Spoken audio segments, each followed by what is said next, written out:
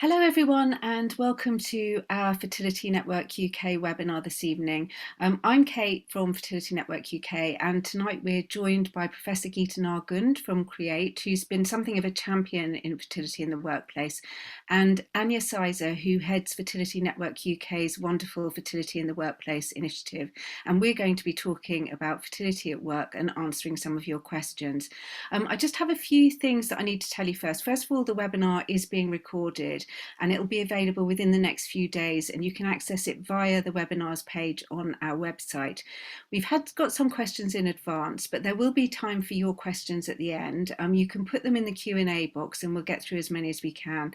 And don't worry, if you want to put a question in, it's completely anonymous. We won't read out your name, so you don't need to worry about that. And finally, just before we start, a reminder that all our services are free. And if you find the webinar useful and you'd like to make a donation to the charity, you can do that through our website after you finish watching. Anyway, let's begin. Anya, I wanted to start by asking you about the Fertility Network UK Fertility in the Workplace initiative. When did it all begin? Well, it actually started a long time ago. I would sort of say the inception of it was around 2017. And the reason for that was it was around then that we were contacted by some patients in Scotland. And we were reaching out to the unions in Scotland around a sort of motion to really recognise fertility as a medical issue within the workplace. And this was adopted by Unison, and it was managed to be passed in 32 of the councils up in Scotland. And I think in some ways that was when it all started, really seeing the need from the patient perspective and from the workplace perspective. And so it carried on for many years in terms of us reaching out to workplaces and us being involved with supporting patients and talking to employers. But I would say, again, there was a real turning point maybe 2 or 3 years ago. And I think there are two reasons for that. I think the real focus in the workplace on mental health in general has been incredible, and we've seen a real change in attitudes. But also some amazing focus on menopause in the workplace. And I think, again, those two things have combined so that actually now the next big conversation is going to be fertility, and is fertility in the workplace. And I feel we're at the start of something really quite big and positive, and with people like Geeta on board, I think we'll see great change happening.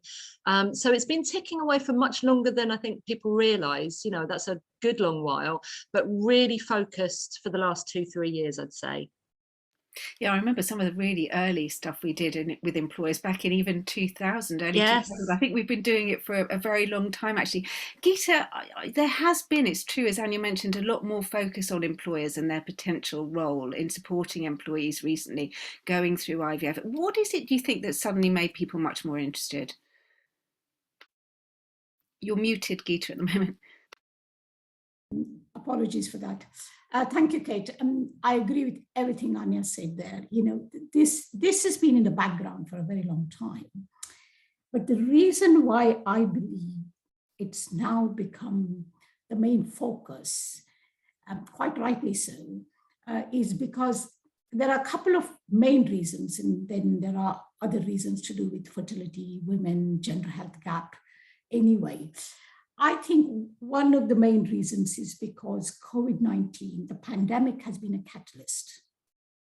COVID-19 has accelerated a shift in attitudes towards employee well-being and workplace.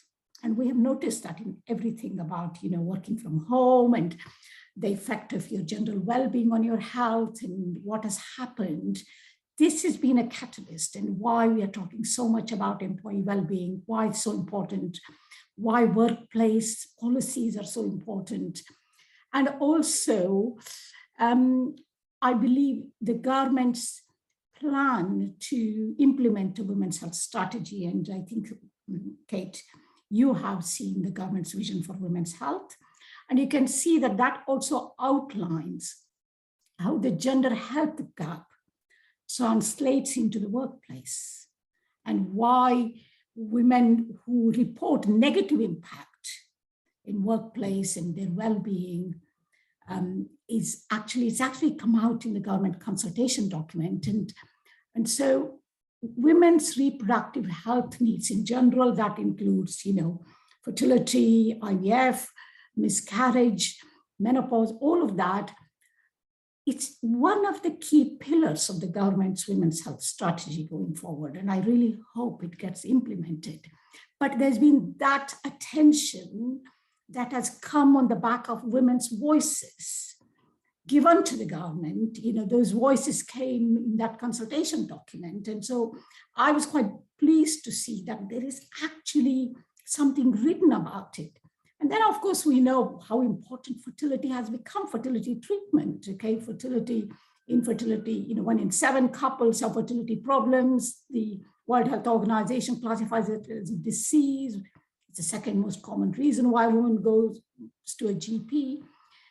And how fertility treatment has become so central and pivotal in creating modern families. So it is just not about well-being of people and workplace, it's also about the well-being of our nation and prosperity of our nation. All that is linked to fertility treatment and taking care of people who undergo or need fertility treatment. That is so true, Geeta. Really, really good points there.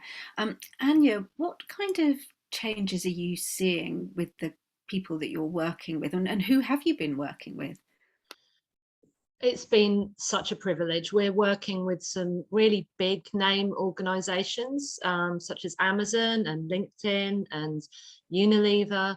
We're working with local authorities, with hospital trusts, with legal firms, so many different organizations. And that's one of the things that I most love, is that we're really seeing that need crossing all boundaries. We're really seeing this is a need in whatever your organization. If you're going to find men and women there, you will find a need for fertility support. And so I'm thinking that, the changes that we're seeing, they're really quite exciting. I'm seeing such a refocus, as Geeta has said, on this being a priority. I'm seeing the drive to really get the workplace adjustments right. So people starting to look around their workplaces and thinking, is this fertility friendly? Is this somewhere that if I was going through treatment, would this meet my needs? People really looking into policies. So not every organisation we work with will have a fertility policy, but actually increasingly places are getting these on board. And there isn't a one size fits all for policies, but it is important where possible to get something in place. So we're seeing people looking at policies, reasonable adjustments, but I think the main thing that we're encouraged by is just that engagement with this as an issue, that companies and organizations are realizing, as Geeta said, that this is really one of the primary mental health issues, medical issues, certainly for women, as Geeta said, one of the primary reasons that people are accessing their GP. And because of that, the workplace has to start recognizing that and making it as doable as possible to carry on working and being someone going through treatment. So we're really encouraged, lots of work to do, but I think there's been a lot of work already happening, which is great, really good. Geeta, Anya's just been talking a bit about quite how sensitive and complex an area it is, and it's obviously something that needs to be handled with a lot of care. What kind of advice, as someone who works in this field, would you have for employers who are considering how and whether their policies are fit for purpose when it comes to supporting employees going through treatment? Yeah, thanks, Kate. Look, I mean, it's just following on what Anya said about what the employers provide now. And actually, we, in collaboration with Create Fertility, in collaboration with City Parents, we actually conducted a survey not so long ago. And actually, do you know what? Only that survey revealed that only 4% of employers had given any training to line managers or their HR directors about what women go through in IVF, the IVF journey, what it's about. So that's only 4% we found. And then only 20% gave time off for appointments. And 48%, nearly 50% had no policies. Okay, so I think, to me, there are a number of ways employers can help people going through fertility treatment. First thing is to foster a culture of transparency. I believe is quite important so that women feel they are able to talk about their journey, about treatment, whether it's investigation or treatment. And also, when it comes to actual support, I'm a great believer that it should be actually in the form of policies. It's only if it's in your employment policy, in your pack that you receive when you get your employment, then you feel free to go and talk about it and ask for support. If it isn't there, we know a lot of women feel that they feel uncomfortable asking for time off, for their scans, egg collection, because it's not a one-off visit. So I believe ultimately we've got to achieve these policies, employment policies. And we also found that forward-thinking employers are focused in attracting and retaining the best talent, and they recognize the need to support their employees with their fertility needs. So one is to foster the culture of transparency, and then I suppose in a way to allow flexible working where it is possible, to allow working from home, to definitely give time off for appointments, whether it's fertility testing or the journey, IVF journey, to understand and allow that paid time off. By the way, I'm talking about paid time off. And then opportunities to help with counseling. And also some employers can afford to even give some relaxation space, a space where they can go and do their injections and maybe have a little space where they could just privately go and sit and relax for a few minutes. And then, of course, the more other tangible differences the employers could make is actually help with funding. Of course, it's not possible for everybody to do that, but funding a number of either treatments, part funding or funding treatments, whether it's IUI or IVF treatment, or we can maybe discuss about egg freezing where it's relevant. They all make a difference. Everything makes a difference. But as I said, we also need the government to help employers, in my view, because there are some employers who may not be able to do that. Geeta, do you think in a way it's as much about breaking down taboos and ensuring that there's an open or the possibility of an open dialogue in a work environment? I mean, is that really what it comes down to at the bottom of all of this? I believe so, because there is still, as we know, there's that stigma about infertility, and many women in fact, men as well feel they can discuss that freely. And that is necessary to break down that taboo and stigma is absolutely necessary. But at the same time, these other differences that the employer can make by giving that, financial support meaning paid time off. Because we have heard of women giving up their jobs, going part-time just because they're going through fertility treatment. That just cannot be right, because the nation benefits from creating children. Creating children is not just about creating families. It is creating prosperity for the nation. And I don't know, Kate, you may know that this published information about the lifetime economic value of an infant born in the UK is over 700,000 pounds. So the return on investment is massive. It is a no-brainer to support creating children. And everyone is going to benefit. So support fertility treatment in every way you can. Anya, I wonder if you could talk to us a bit about some of the common trends that you see when you're working with people in fertility in the workplace, and also perhaps some of the kind of things that you hear from people who found it difficult too with work. Yeah, I mean, there's definitely common trends and common themes, no matter what the workplace is. And I think we've touched on some of them already. The difficulty of juggling treatment, whether that's the investigation phase or actually treatment itself, with a working life is really demanding. It's demanding in terms of time. It's demanding in terms of, you know, the time pressures of clinic visits and scans and blood tests and all that going through treatment can entail. It's demanding in terms of the mental capacity. So trying to juggle really being focused in on work, and yet, you know, your primary focus when you're going through treatment and trying for a family is so often that desire to be a parent, and that's a very fundamental human urge, and so it's nothing to apologize for. But it makes it very difficult to be fully present at work. And one of the key words that we hear again and again is this phrase of presenteeism. So it's just about managing to turn up to work, just about managing to sort of struggle through the day, but just really not fully engaging. And we're seeing such disparity with how a workplace treats staff going through any kind of fertility investigations and treatments.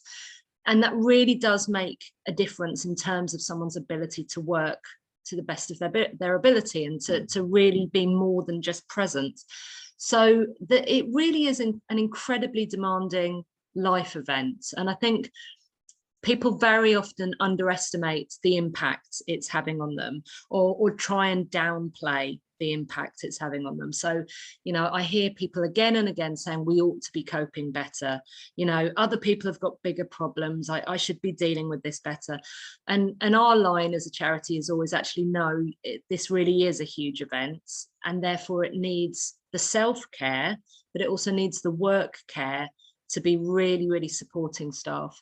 So I think there's very often that difficulty of juggling all of this and feeling fear of career progression being overlooked. That's a very common theme.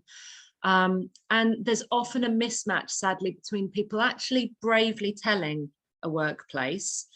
So we found about 80% of people do tell a workplace that they are going through some kind of fertility issues.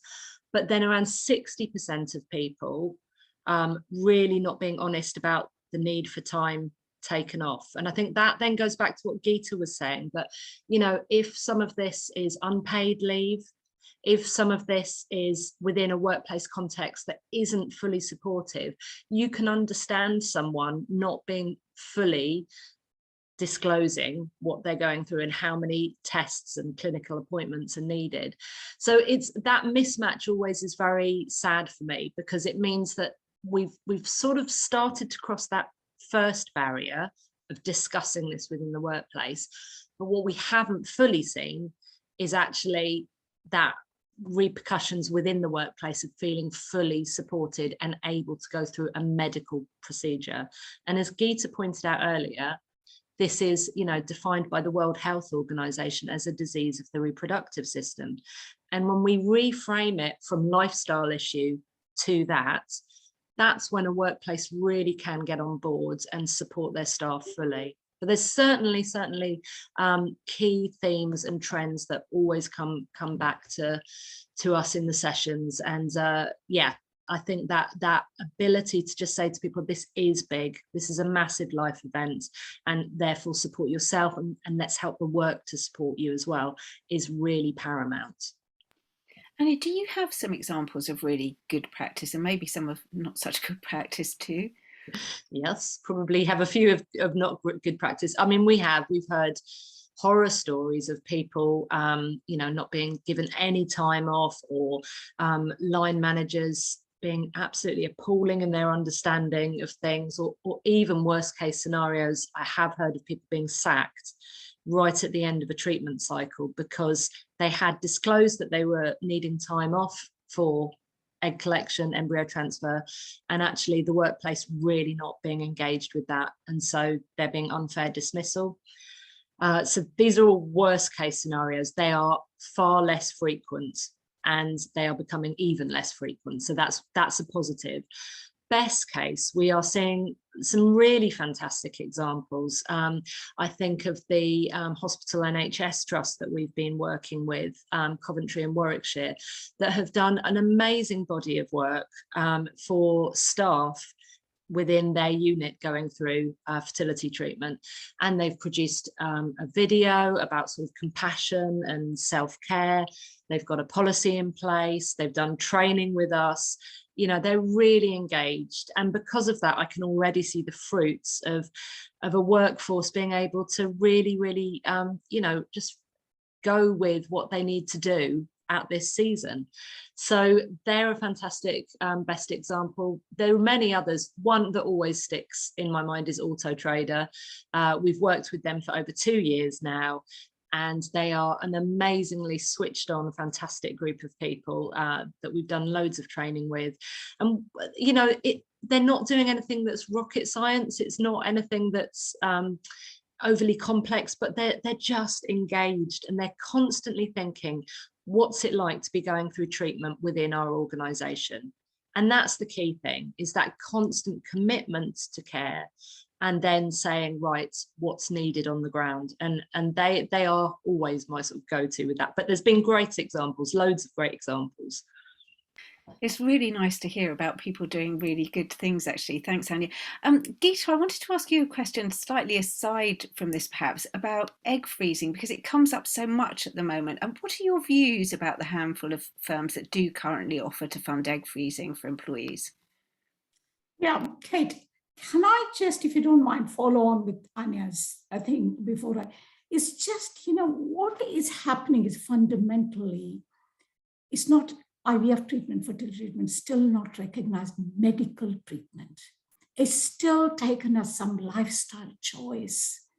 That is where the problem is. If people are going for their hospital appointments, GP appointments for some, you know, procedure, it's just, there isn't a problem. But when you talk about fertility treatment, it's still not recognized as medical treatment. And it's crazy that in 2022, we are sitting here campaigning and starting this movement about this is a medical procedure. People need paid time off and support. And I think we've got to continue with that, because it's just a manifestation of, once again, gender health gap, centuries of gender inequality.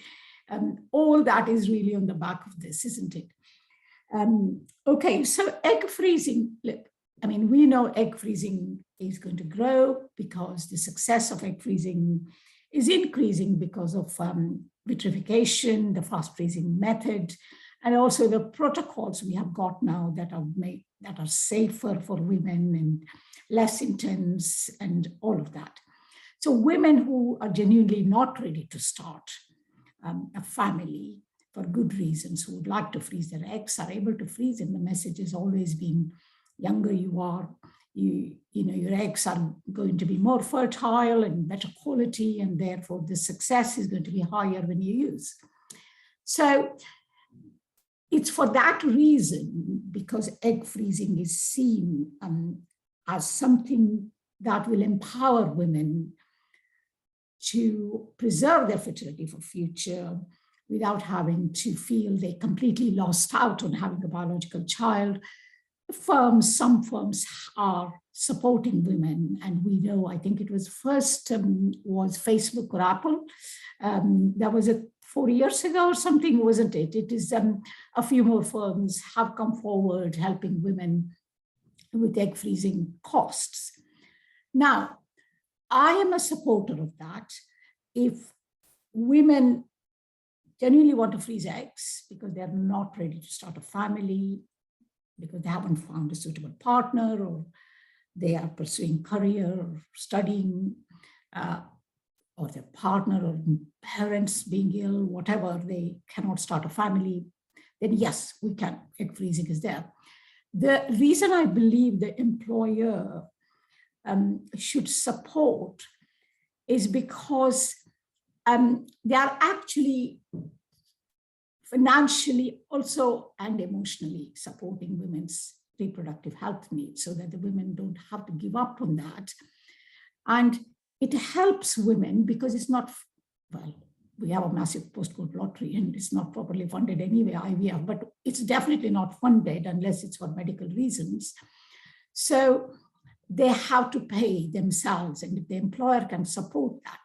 But what I don't support is where people say, well, if you support your employees, the firms that support their employees for egg freezing are kind of telling them, don't have children, or you need to work harder for the company. And we are telling you to postpone having your family. I definitely do not support that. And I hope that isn't the case, that the companies who come forward to support women and fund their egg freezing where it is necessary, are also funding IVF if they're having treatment, and also giving their sorry, no, I don't know what happened. Apologies. So supporting women with their fertility treatment, maternity leave, paternity leave for their partners, as well as childcare, has got to be a package. This is about supporting people's reproductive choices and needs. It's not about telling them to postpone having children. And I hope that is never going to happen. We must make sure it doesn't happen. It's got to be a holistic support.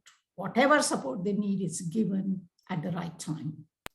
It's a really important point and a very interesting way of looking at that. Anya, we've had a couple of questions about the NHS Trust. A couple of people asked if you could repeat which one it was, because someone was really interested in their video and policy, and someone else who said very early on, actually, if you could give more detail about what they're doing. I think you've done that, but this person is quite interested in what you've done. So could you just repeat for us which trust it was? Yeah, it was university, is it Coventry and Warwickshire, and they started off with a sort of a broader theme internally about compassion and about workplace compassion, and they did a fantastic YouTube video which I can share after this, and I think it was just that commitment again, that this was something that they were aware of, and that it wasn't just about supporting the individual, but it was also about making sure the whole place works to the best of its ability. You know, so those two things are not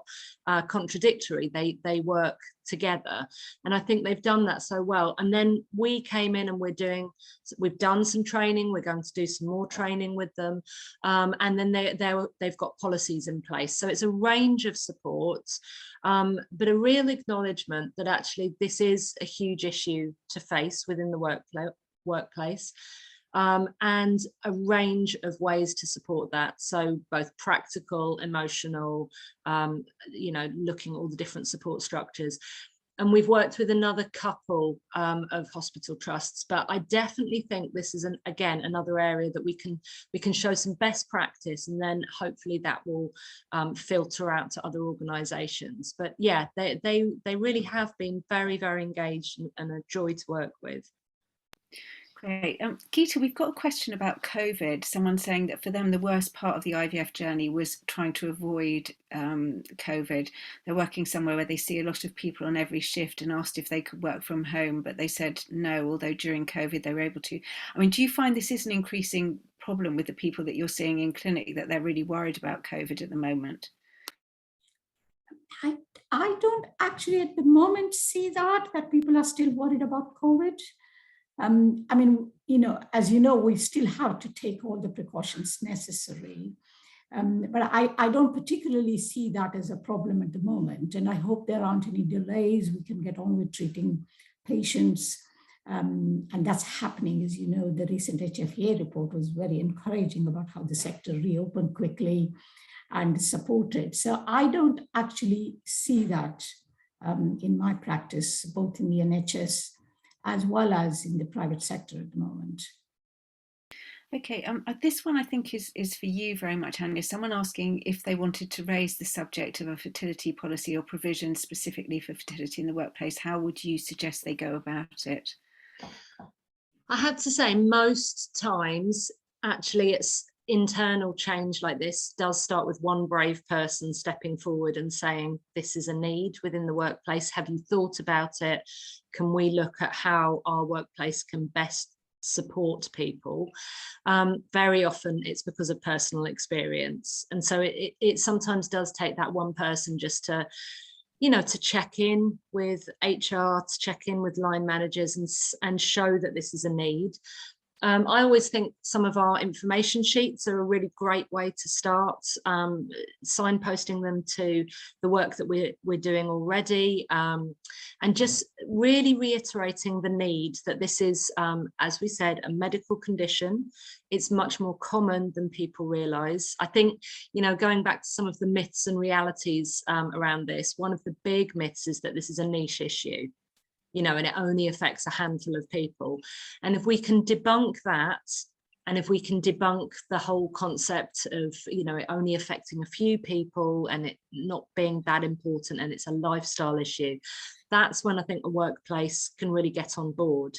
So I think maybe some of our fact sheets, a gentle word to HR, and then please contact us. We're more than happy to arrange Zoom calls and just explain what we do, how we can help. We're really keen to stress there's no one size fits all. You know, it's not like we have a package that we will impose on a workplace. It's much more about hearing from each individual workplace how we can help, what's needed, and taking them out on that journey together, and then keeping them really involved with the work of the charity so that they know support is there going forward. We don't ever just want to go in and do a one-off training. We want them to know that support's going to be there in 2 years' time. When they've got a manager with a really tricky question, they know who to signpost to. So yeah, it's that ongoing relationship, but start with maybe the fact sheets and signposting to the work that we're doing. Thanks, Anya. The person who asked the question about COVID has just made the very valid point that actually for them it's because of the worries about delays to treatment if they get COVID, and I think that is always the concern, because we know that there do have to be those delays. This is an interesting question from someone who asked if there's been any hesitancy from employers because of the double challenge of giving people time off to get pregnant and then them needing time off during pregnancy and then during maternity leave and then maybe going through treatment again. And does the argument of economic benefit stand with the employers in resource constraint context? I just wondered, Geeta, if that's something that you might be interested in answering. Yeah, I mean, I'll tell you, I mean, we were talking about why it's a medical procedure and they need the time off, and not just the time off, the emotional, financial support, but the other, as regards to the economic argument, we should talk more about it, because it's a genuine economic argument about how the companies can benefit economically, can prosper, and can be progressive by actually supporting their employees with their reproductive needs.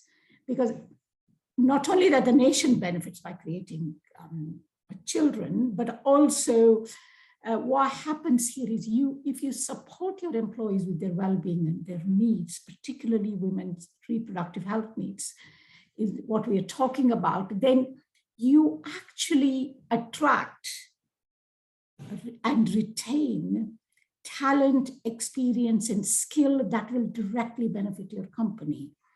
So there is a direct argument there as well. And we just need to get more corporate talks going about economic benefits to companies by supporting the women's reproductive and also men's, I should say, reproductive health needs.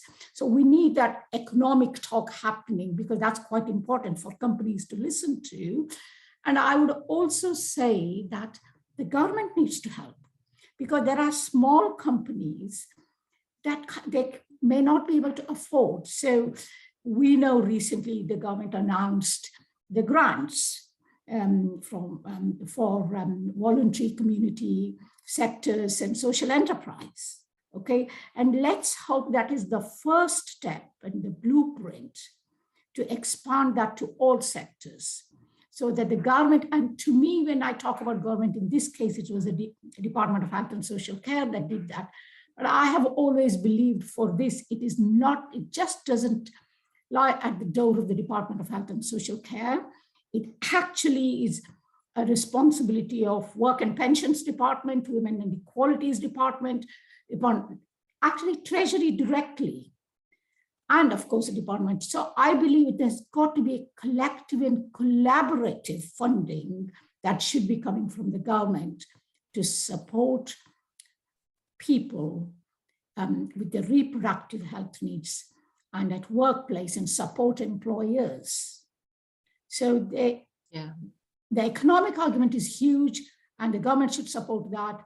The employer should be made aware of that, in addition to the medical needs. And I just believe this is a movement that has started now, and we can't stop.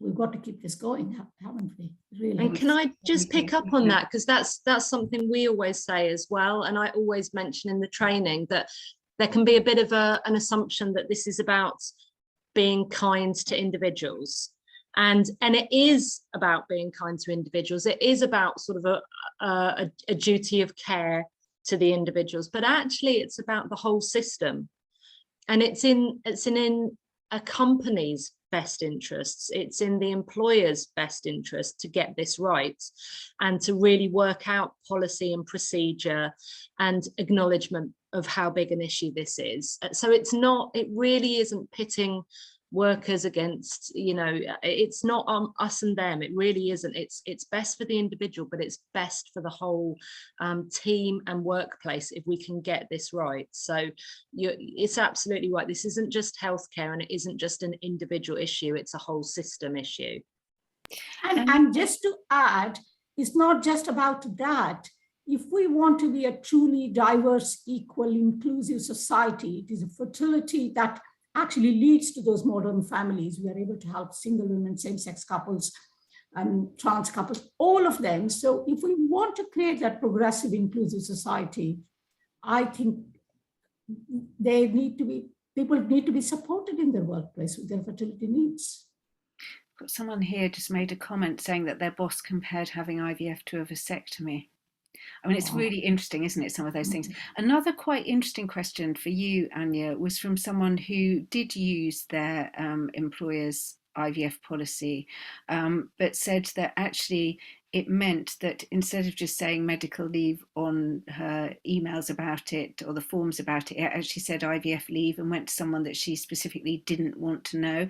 And I mean, is that something you talk to when you talk to employers about the kind of fact that actually people don't always want everyone in a company to know? Yeah, absolutely. I think one of the things that we always are really keen to stress and to reiterate is that this is about what's best for the individual before you, and that actually sometimes that changes. Sometimes, what people ask for at the beginning of their treatment cycles, and that can change over time. The concept of support can change over time, and their needs within the workplace can change over time. But it is absolutely essential that yes, we are debunking the myths, yes, we are getting the conversation going, but it's always on the terms of the individual before you. So check with that person what support looks like, check, how best to care for them, but really with the fundamental concept of confidentiality and it being on their terms. It's absolutely fundamental. So yes, but checking in regular, little and often, I would say as well. So people often change their concept of support and openness as they journey. And one of the realities of treatment is that actually it can be over many years. So, for a line manager, for a place of work to check in with their staff who's disclosed, what does care look like? But with that, always that underpinning of confidentiality. It's on their terms, not ours. Thanks. And we're sort of starting to get towards the end of our time. And Anya, one thing I wanted to ask you was what the next steps are for fertility in the workplace now. Well, we're just carrying on what we're doing. We are daily, weekly getting inquiries from such a wonderful range of people and wide variety of people. So it's to carry on offering support where it's needed. And we've always maintained that this is not about cost for us. It's not about profit. If a place needs support, we will find a way to support them as the national charity. So we will continue to do that. We will widen that out for people. We want to create a range of packages and booklets and materials for people to use. So we're working on that. But then very much it's tapping into this national conversation and steering that. We really want to see a recognition of all workplaces saying that this is a medical issue, not a lifestyle issue. We really want to push that conversation. And to see this as the next big topic, in the way that menopause was right there firmly in people's thinking. You know, it's now time for fertility, and I know that we're going to be key in doing that, and I know Geeta will be as well. So it's very exciting times.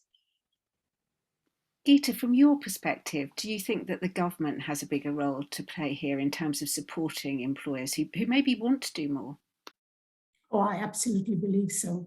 It's collective, collaborative work, and the government, I believe, needs to support employers.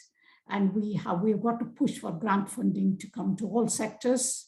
And it cannot be a one-off pilot scheme. There needs to be ongoing support. And we really need to ask the government to do it collectively so that the money comes from all these departments that will benefit from this. And raising awareness about, Anya mentioned very briefly about it's over a few years, because it's not just one cycle that leads to success, and also miscarriage needs to be part of this conversation. Because, you know, women going through fertility treatment do experience miscarriages, and they need support during that time. So they do need more than one cycle to achieve that. So to raise that awareness constantly about the treatment, the journey, what support is needed, and I suppose to keep pushing the government as well, so that it becomes part of women's health strategy, supporting the employers, supporting women in the workplace. So I don't think we will stop, will we? We will continue with this. Annie, we just had through one other question that I quite wanted to come back to you on just before we go, because I think it's an interesting one, which was about advice for someone approaching this from an LGBTQ angle for a same-sex couple, and around sort of having a female partner who also wants to attend appointments and getting time off for that. I mean, is that something that you cover when you're working with employers? Absolutely, it's part of the discussion. It's part of the bringing into the workplace the realities of fertility treatment. This is not about one ethnicity. It's not about just women. It's not, you know, it really is a much broader group of people that are facing fertility struggles and a fertility journey. And so we have to bring in these voices. We have to bring in the male perspective. We have to bring in single women. We have to bring in same sex. That's all part of this wider social discussion. And so we do specific training sessions for all of these issues. And it's absolutely vital that workplaces come up to speed with this. This is not just about a heterosexual couple going through a fertility struggle. It's very often about same-sex couples or a single woman. And actually those two groupings are two of the fastest growing groupings in terms of people going for fertility treatment these days. So it's really vital that workplaces find support that covers all of these groups, and that we help that discussion. But it's one of the big myths that we really challenge in our training is that image of fertility treatment and who goes through fertility treatment, you know. And very often the image is of a woman, of a white woman, of a middle class woman. And, you know, we've got this kind of fixed static image from years ago, and the reality is that's not the group that's only affected. You know, it's much wider. And so it's really important that workplaces sort of come up to speed with that and address that and support everyone who's going through their own journey. And that's something that we'll keep championing. That's brilliant. Thank you very much for that. We just have quite a few questions from people asking how they get in touch with you. And I think there are quite a few people who are keen to find out, is the best thing to go to the Fertility in the Workplace page on the website and get in touch with you through that? Absolutely, yeah. We re-emphasize this. We're keen to work with you on your terms. It's not about a one size fits all. It's about finding the support from the national charity and ongoing support and care. And we would love to work with you and see how we can support you. Thank you so much, Anya, and thank you, Geeta, for all your wonderful tips and your advice. And I just wanted to thank everyone for joining us. Don't forget that we are your charity. We're here to support you, and our information and our support lines are open every weekday, and we have fertility groups meeting right across the UK. So do use our services, and do, of course, get in touch with Anya about fertility in the workplace. Just to say finally, the recording of this webinar will be on our webinars page within the next few days. So thank you all very much for joining us, and have a good evening. Goodbye.